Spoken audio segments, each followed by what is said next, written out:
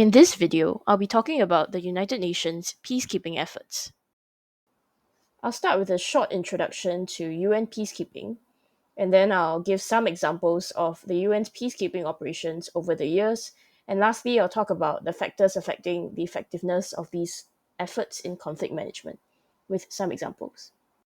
So, according to the UN's official website, the ultimate goal of its peacekeeping operations is to help countries achieve lasting peace. The UN attempts to achieve this through various actions. Beyond just the protection of human rights and human lives and stopping violence in the short term, it also aims to lay the foundations for countries to be able to maintain long term, sustainable peace and stability on their own after the UN operation is over, through helping the countries build up the political institutions and processes required to do this. The UN has three main peacekeeping principles according to its website.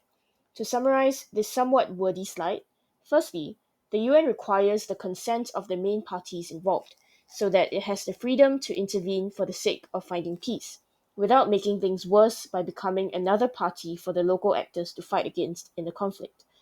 Secondly, impartiality is important to ensure the UN's legitimacy as a fair mediator and peacekeeper in the conflict.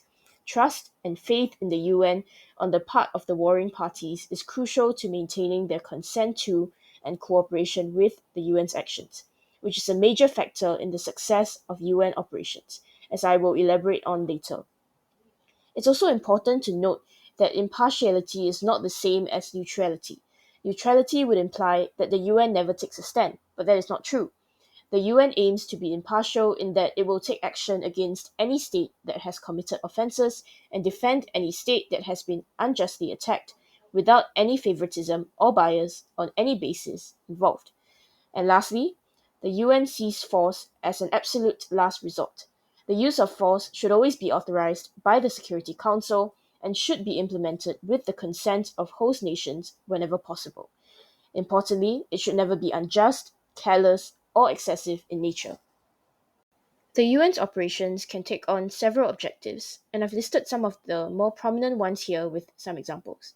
Feel free to pause here to read the slide in more detail. Now I'll move on to the factors that affect the effectiveness and success of the operations in managing conflicts. This is a non-exhaustive list of some of the more prominent factors.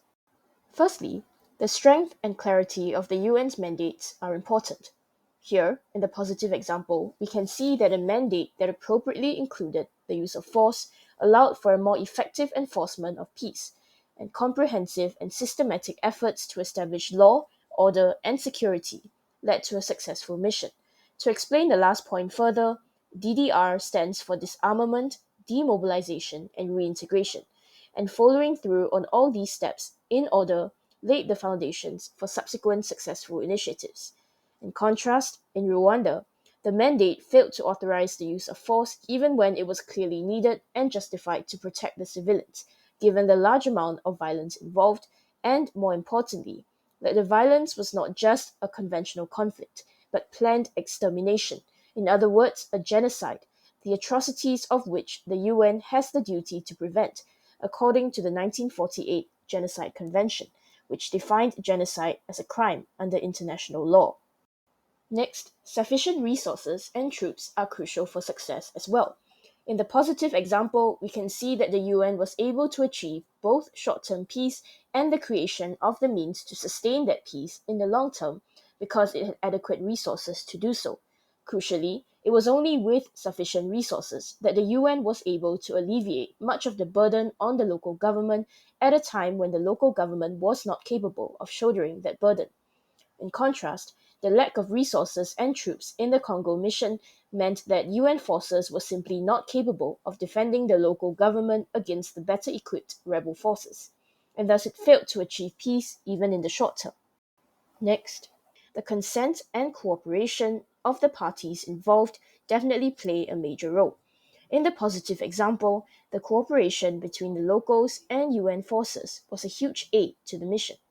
The local population's enthusiastic reception to the democratic elections and political institutions brought about by the UN also gave the new political processes and institutions the popular legitimacy they needed to form the foundations of a stable and peaceful, independent democratic state. On the other hand, the local government's opposition to the UN mission in South Sudan, in the form of obstruction of the UN forces' actions, and the warring parties' lack of commitment to the UN-supported peace agreements, prevented the UN from stopping the violence. Here, it is clear that the UN does not have the power to enforce peace unilaterally, since it has no way of truly controlling what the parties in the conflict choose to do. And lastly, the political will of the international community plays a huge role as well. In the positive example, the prompt and decisive response of the UN Security Council in creating a strong, committed, and well equipped mission, as well as the strong support of many nations, empowered the UN to succeed in achieving both short and long term peace.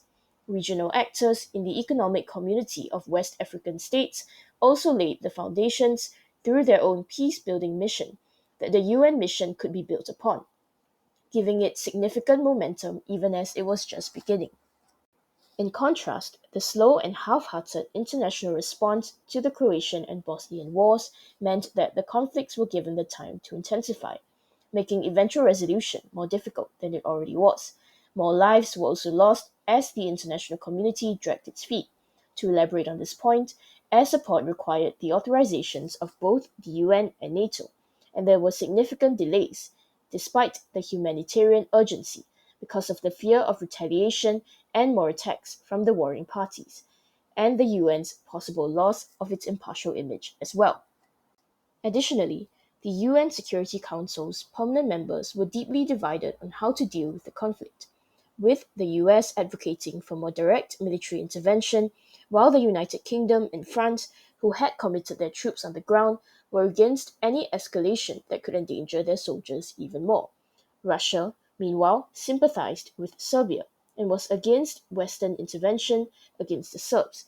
With their national interests getting in the way of agreement, they had no coherent strategy to guide their actions. The mission thus failed to enforce peace, and its failure was manifested most clearly in its inability to prevent the atrocities of the Srebrenica massacre in July 1995, where thousands of Bosnian Muslims were killed in an area that the UN had declared a safe area under UN protection. To conclude, the success of various UN peacekeeping operations is definitely dependent on different combinations of the aforementioned factors, and perhaps other factors as well, with the factors having varying degrees of influence on the outcomes of missions. Ultimately, I believe that, taking all these factors into account, the main determiner of success is the effort and commitment of the various actors in fulfilling their various roles in the peacekeeping process. It is the UN that needs to carry out an effective mandate. It is the UN and contributing nations that need to provide sufficient funding. It is the local actors that need to cooperate with the peacekeeping efforts. And it is the international community that needs to support the operations well. Without the effort and commitment of these actors in fulfilling their different roles, it is difficult for missions to succeed. The UN alone is not capable of resolving these conflicts, and its peacekeeping operations are ultimately collaborative efforts. And that concludes my presentation. Thank you for listening.